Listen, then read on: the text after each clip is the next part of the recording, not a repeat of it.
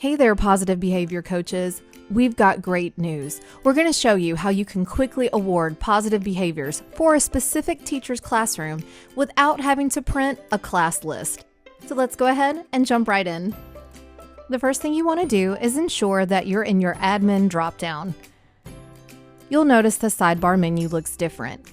On that menu, go ahead and choose Users and then Reward Positive Behavior. On this screen, you can go ahead and type in the name of the teacher you want to award positive behaviors for. When this new screen appears, you might notice more than one option. You can pick any of these because teachers can have more than one badge or profile.